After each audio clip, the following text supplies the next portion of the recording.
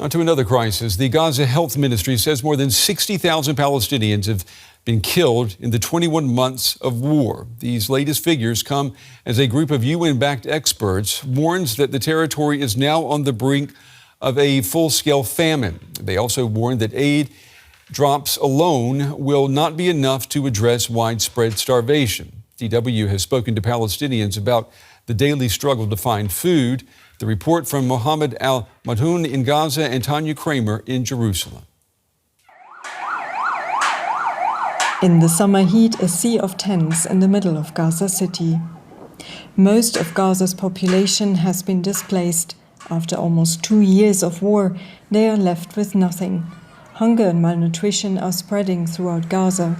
As international pressure grows, Israel has agreed to allow more aid into the territory. It controls what goes in and out. So far, people say little has changed. The most common thing that women in Gaza wake up to is children asking for bread or something to eat. They say, "Is there any food, Mom? Is there anything to eat?" Sometimes days pass without bread, flour, anything. How can I feed my child? We wonder how we'll provide food for our daughters. There are no jobs, no money, and the prices are high. We hope the trucks begin to arrive regularly again and aid is distributed to all the families, with everyone receiving their share and everyone eating. God willing, there will be positive change, so everyone will have food. The children will eat, and the elderly will eat.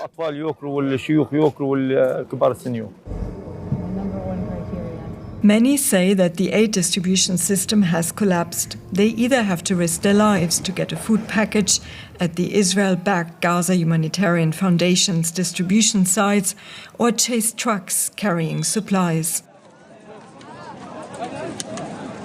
On normal days, small amounts were delivered to people, but not everyone is able to get aid. And even if someone gets a food parcel, how long will it last? It only contains a few cans of beans and chickpeas, a few kilos of lentils. How long will that last? Food prices reflect the scarcity of supplies. Residents say that some of the food looted from trucks carrying humanitarian aid is then resold at extremely high rates, such as 40 euros for a kilo of flour, leaving people no choice. Aid is coming in, but we can't get it. Merchants seize it and sell it at very high prices. A kilo of flour costs 150 shekels. Who can afford that? What we can afford is 20 shekels a day. Today I ate just a piece of bread. What can we do? Yesterday we went to bed hungry. This is our life. We either eat a piece of bread in the morning or just half of it, and at the end of the day we eat the other half. A protest by children and their mothers asking for food. People say that waiting for the most basic food and supplies is humiliating. The war has made Gazans almost completely dependent on outside aid. Israel's foreign minister has again rejected claims of starvation policies in Gaza, saying the international media's focus on the topic is, quote, a distorted campaign of international pressure. Israel has repeatedly said that there is no shortage of food in the Gaza Strip and that Hamas is withholding supplies from civilians. Everyone who is worried about the humanitarian situation must ask himself, who is responsible for the suffering of the Palestinians in Gaza? Who is responsible for this war and its continuation? There's only one clear answer: Hamas. Joining me here in the studio now is Hans-Jakob Schindler. He's a security expert and senior director of the Counter-Extremism Project. Hans-Jakob, it's good to have you here in the studio with us. So what do you make of what we just heard there? Is Hamas responsible for the suffering of the Palestinians in the Gaza Strip? A situation of this dire and large scale is never just one factor. So it's neither just only Israeli policies and military operations, and it's not also just Hamas, but it's the combination of two. Clearly, Hamas is interested in its survival. It is really not interested on how many civilians die in order to secure its survival. This has been the fact from the beginning, and this continues to today. Of course, Hamas is diverting humanitarian aid, but there's also criminal organizations who divert humanitarian aid. There is a distribution problem within Gaza, and there's a rampant black market. What do you make of what Israel says is the international media, too much attention on it? They accuse us of covering it too much. Well, I mean, if you have a humanitarian crisis of this scale, I don't think there is too much coverage of it. It is important to recognize that there are particular issues that Israel can do, policies that it can change and has begun to change since yesterday, potentially also due to the international pressure. So, of course, there has to be reporting about it, but there has to be also the understanding it is not just Israel. There are some internal problems in the Gaza Strip, primarily also Hamas, that contribute significantly also to this situation. You know, we've had recent reports from USAID and the New York Times, and I'm going to read here, quoting Israeli military sources, saying that there's no proof that Hamas has been systematically stealing U.S. or UN aid. Yet Israel used that claim to justify cutting off food and supplies to Gaza earlier this year. So do you think that these reports are credible? Well, to say there is absolutely no evidence, I think even my organization has pictures where you can clearly see Hamas stealing humanitarian aid. Whether the statement that only Hamas is stealing humanitarian aid is correct, I would put a question mark, because there are also criminal groups. People are desperate in Gaza.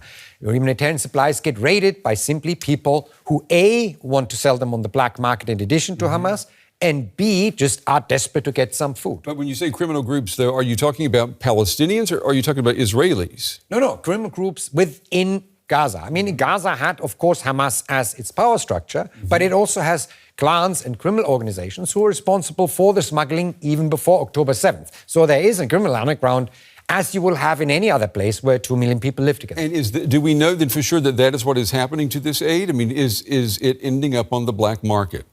Yes, I mean, you can actually gauge the price of flour, for example. Yesterday, a packet of flour was $9 on the black market in Gaza. So there is a black market for humanitarian goods. But there is also the fact that Hamas fighters that get arrested by Israel seem to be okay nourished in comparison to the famine that is actually going on among the civilian population. So Hamas seems to have enough food and supplies for its fighters. Yeah, I was going to say, what role then does Hamas play in making sure that the Palestinian population in Gaza gets enough food?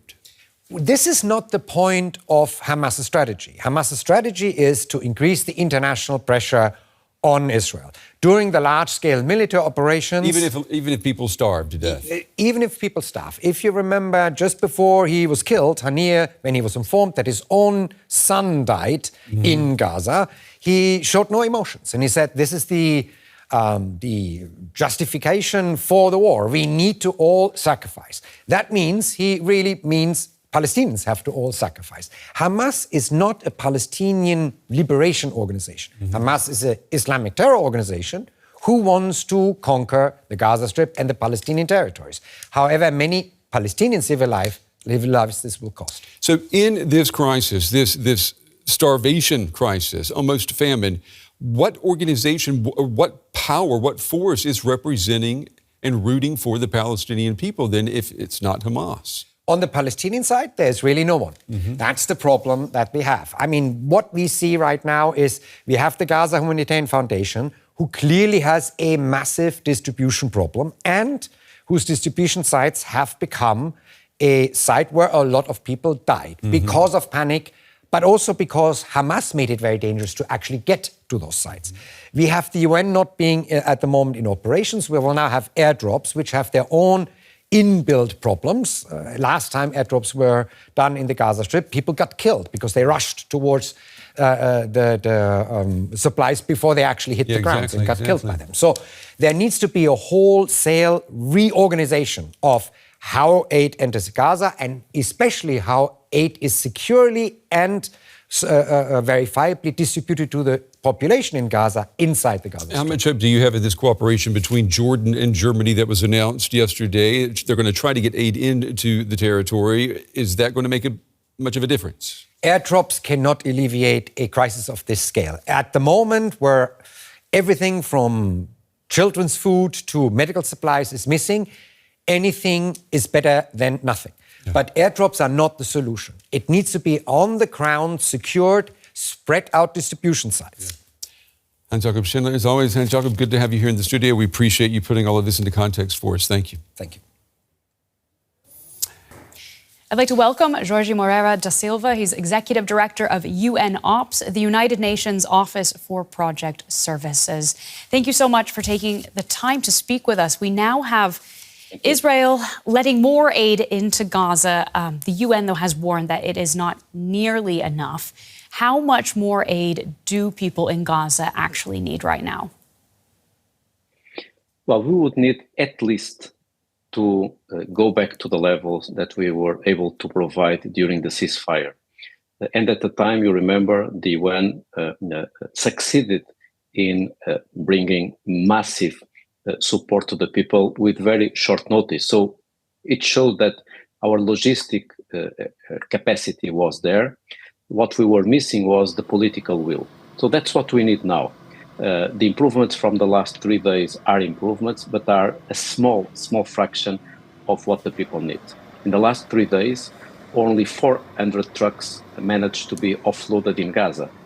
This is, on average, maybe 130 trucks a day. This is a small fraction. On fuel, for instance, which is procured and distributed by UNOPS, we were able in the last 3 days to provide, on average, 140,000 liters. In some days, 100,000. When the basic needs, it's 300,000. And what we used to bring during the ceasefire and before the war was 1 million. So you can compare 1 million liters per day with 100,000 liters. So obviously, we need to scale up all efforts, because what we are being put is into the worst scenario, which is choosing between bringing the fuel to hospitals or to the bakeries, bringing the fuel to the desalinization to produce water or to the sewage systems, bringing the fuel to the waste collection systems, or bringing the fuel to the ambulances. So you can see how tragic it is that in the absence of fuel, absence of food, absence of water and medicines, we are seeing massive starvation. We are seeing a widespread malnutrition, starvation, and hunger-driven diseases, and unfortunately also death. We have seen the aid distribution from the U.S. and Israeli-backed Gaza Humanitarian Foundation coming under heavy criticism in the last few weeks. How confident are you that we could, at some point in the near future, see a safer system for getting aid into people's hands? It's not rocket science. We just need to bring the UN back. With the UN, nothing that we are witnessing was happening. You remember, we managed in a very short notice to approve all aid, to distribute the aid, to bring the aid to the people. You haven't seen, when the UN was in charge, people being forced to displace it to get food. You have not seen, when the UN was in charge, people getting killed, queuing for food. You have not seen chaos. So we just need to bring the UN back to ensure that UN is empowered managing the logistics, managing the distribution of aid, and we need the full respect of international humanitarian law. What is happening is unacceptable, is unprecedented, it's tragic, it's catastrophic, but it's a matter of political will. Nothing of this was inevitable. It was avoidable, and this chaos, this tragic situation is reversible. We just need ceasefire. We need all humanitarian aid to be provided in safety. We need the release of the hostages.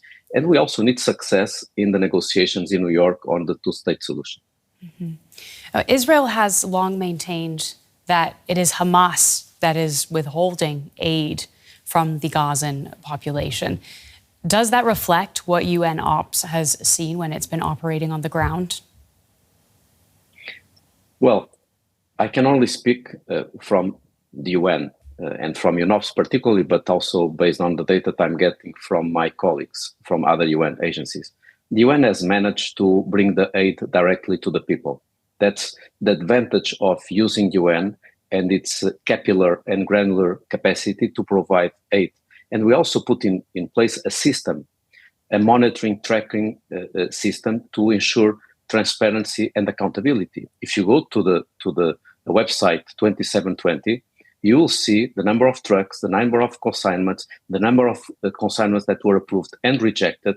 And this was recognized both by Palestinians and by Israeli. So there was no reason to replace a system that was functioning, that was transparent, with all accountability, by an opaque, militarized, privatized system that just generated chaos. So the idea of diversion of aid, it doesn't match the fact that UN was providing. You know, before we were replaced, there were hundreds of points of distribution. We were bringing the distribution directly to the people.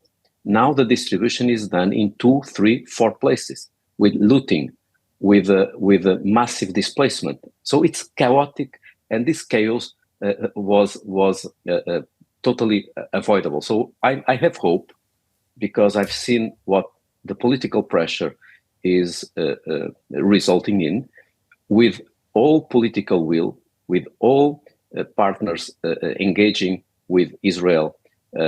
I think that there will be political will to improve the distribution of aid, the security and safety of the operation, and I really hope that we can get a ceasefire. I will never forget what I saw, what I witnessed, what I watched when I visit Gaza, particularly the impact of the war in children. 18,000 children killed, 20,000 orphanated, unprecedented levels of children amputated. So it's time to stop this. This is unacceptable, and I really hope that the political will prevail, because war is not. War is a choice, as peace is a choice. So it's time to bring peace to Gaza. Jorge Moreira da Silva, thank you so much for taking the time to speak with us on DW. Thank you.